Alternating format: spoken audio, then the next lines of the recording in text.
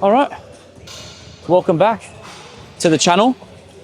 Today is Friday, April, what's the date today, Justin? Friday, April 11th. We've got a great topic today. I feel like people are really enjoying these videos. Like, the numbers don't lie, and I'm not like famous, but to have 200 views or compared to the other ones, it's very, very motivating. The topic for today, the identity paradox. We put everything in brackets in fitness. So we stay in the lane, but you can also take everything and apply it to how you want to. We're gonna do just a fun arm session today. This week's been a total write-off. Close grip bench press to start. The gym's actually very busy today. And I know that I say that in every single one of these videos, but it's only when Justin's here. It's only when he's here. So when we do close grip bench, you can either put your pinkies on the grip or you put your pointer. Either or. You come up, down, get comfortable, drive.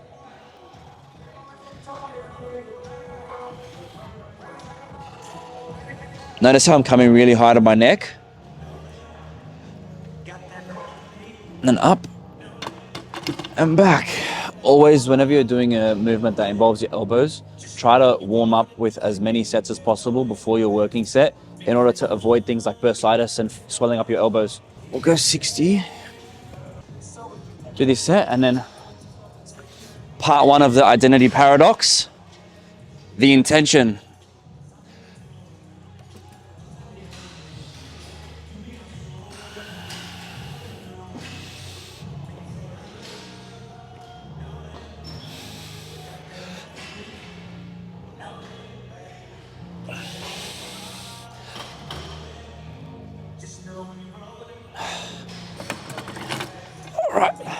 So I wrote everything on the whiteboard, and then we talk from the notes. Identity in fitness is a massive subject, and fitness is really important in a lot of our lives.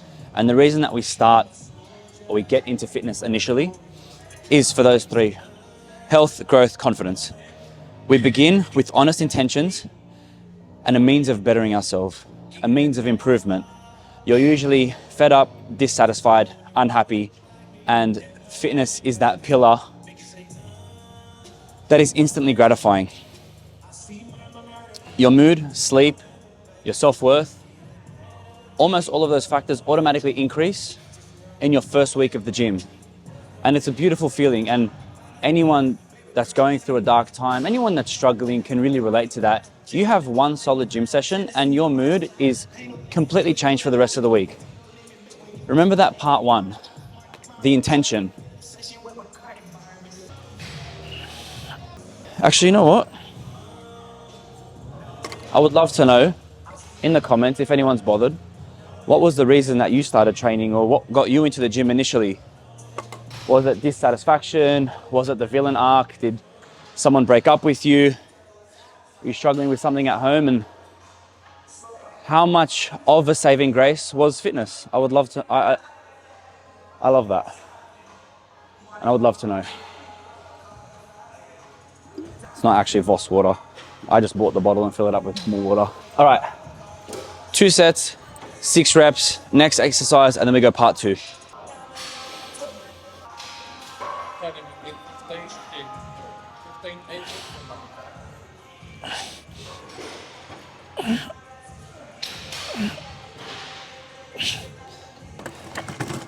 Oh,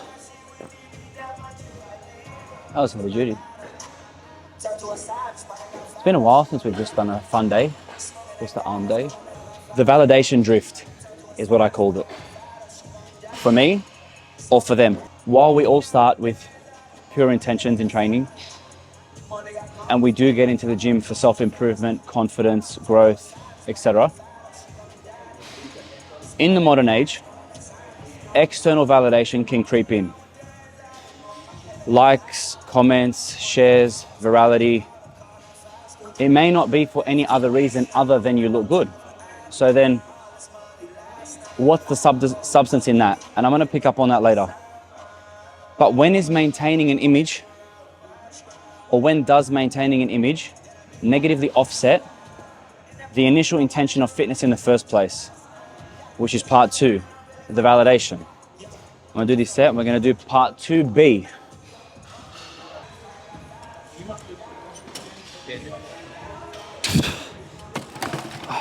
It's one of my favorite tricep exercises. Let's go, sir. Oh, baby, you. Track. Okay. Part 2B. Is and when validation a bad thing? Positive external reinforcement can trigger a multitude of things. Motivation, it can help encourage, and it can be a great force for change. I mean, compliments hold a lot of weight to a lot of people, but me being devil's advocate, all things being equal, does this mean that positive and negative comments are going to weigh highly to you? And I say that because anyone that's been through the Instagram comments knows that there's usually 2 waves of going viral. The first wave is your target market. It's the positivity. It's everything. It's everything that you thought being or going viral would be. And then what happens is you reach outside of your target market, and that's when the negativity creeps in. My question is, and when does negativity weigh the same as positivity? And would you allow that to get you down the same way you allow positivity to get you up? It's very easy to say yes, but when you have 100 or 1,000 comments all being toxic, can you deal with that?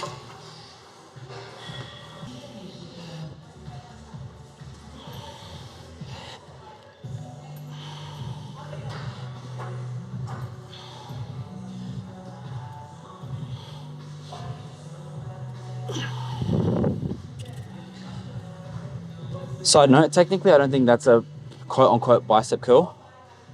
It's apparently called a drag curl, and I learned that the other day, because as the weight's coming up, my elbows are coming back. I'm not necessarily curling, more so dragging. That was a fun fact that I learned. I hope that these videos are still are engaging, and I would love to know if anyone has any criticisms. Maybe you just want to see it all talking, all education, or is the breakup of training, yapping, and things that I hold important to me valuable? Part 3, I just titled it Psychological Tension, the Identity. Maintaining an image is psychologically challenging, especially when you're 2D. And I refer to this to my clients a lot. 2-dimensional means you're excelling in one space, in one direction. Now, it's not a bad thing. However, when your identity is tied to this 2-dimension, this second dimension, what happens when you're injured? What happens if you're off cycle, off season, or life takes over and you can't pursue that thing that you have attached yourself to? The identity becomes fragile, the ego is damaged, and you pose the question, who am I now? Who am I without this?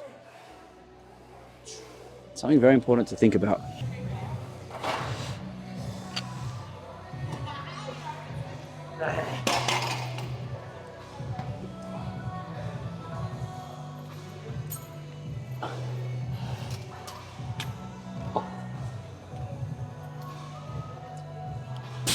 Woo. Let's go one more set.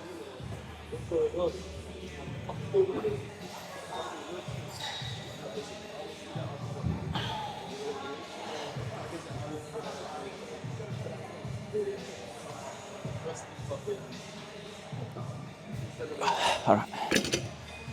Unrack. One more tricep, one more bicep, 2 more parts to the story. Are you gonna be famous? Do you like my t-shirt, guys? Am I repping the good merch? Nah, not Best you. merch. Nah, not you. All right. We're back on. Let's go. Part 4, reclamation. Actually, I should probably Google that word because I hope it means what I think it means. Aha, the process of claiming back. So I was happy with that. Part 4, reclamation. Reframe your identity. The 2 questions that you pose. What's your why? And who would you be without fitness? When we detach ourselves and our personality from what we think is our identity, it allows us to move from the 2-dimensional world into the 3D. This means You use the things that you learnt from fitness. I hope I'm looking at the camera. You use the things that you learnt from fitness, consistency, discipline, progressive overload, and you apply that in a different reality. What I mean is learn a new skill. There's things out there, ice skating, tennis, there's sports, Brazilian Jiu-Jitsu, martial arts, there's a plethora of things outside of this world.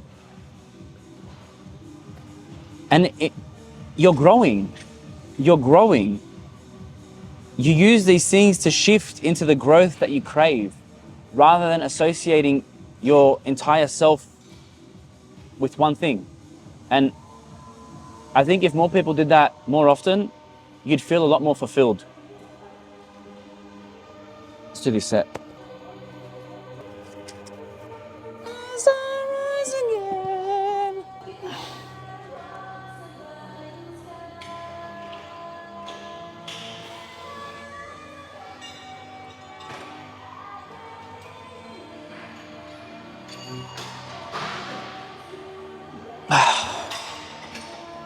Very good. We might finish the whole subject before I finish the workout, which is fine. The context to why I chose this subject is because I want to communicate to anyone out there feeling lost that fitness is a great starting place, but it is not the be all and end all. Getting on stage is not the be all and end all. The best physique isn't the be all and end all. Bodybuilding is one of those very few things where ultimately it's subjective. And in a subjective sport, there's a lot of opinions. In boxing, there's opinions, but if someone's on the ground, then the other guy usually won. And to make sure that I'm staying on track when I say that, you don't see many other industries where someone else will create a page just for that. So they have their fitness page. You don't see someone have an ice skating page. You don't see someone. It's because the gym gives us so much, we think that we owe it back to it to make it our entire life. And I will die on that hill. Learn a new skill. Get out into the world. Fitness is a great starting point to learn the skills necessary to apply them to other things that will get you so much further in life.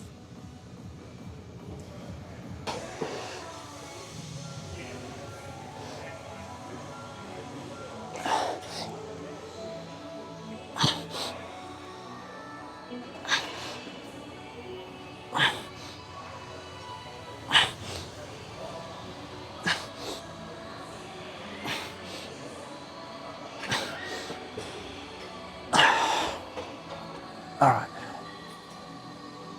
We'll do one more set of that weight. And my final point, we'll get that done now.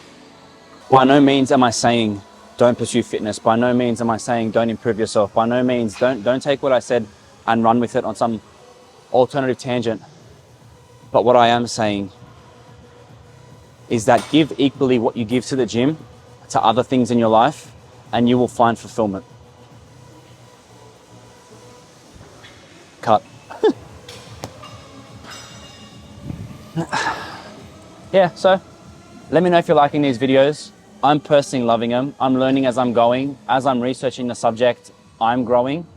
And if anyone has any feedback, I would love to hear it. I'm so open to this, and this is a massive experience for me. Maybe there's someone who's done more. Maybe there's someone who could offer some insight into a field that I've not been in. But yeah, I'm open to anything. Like, comment, subscribe, tick the boxes. I feel like I'm obliged to say that. But thank you. I actually went above 200 subscribers. And thank you, Justin, as always. Let's go. 10, 9, 8, 7, 6, 5, 4, 3, 2, 1. Oh.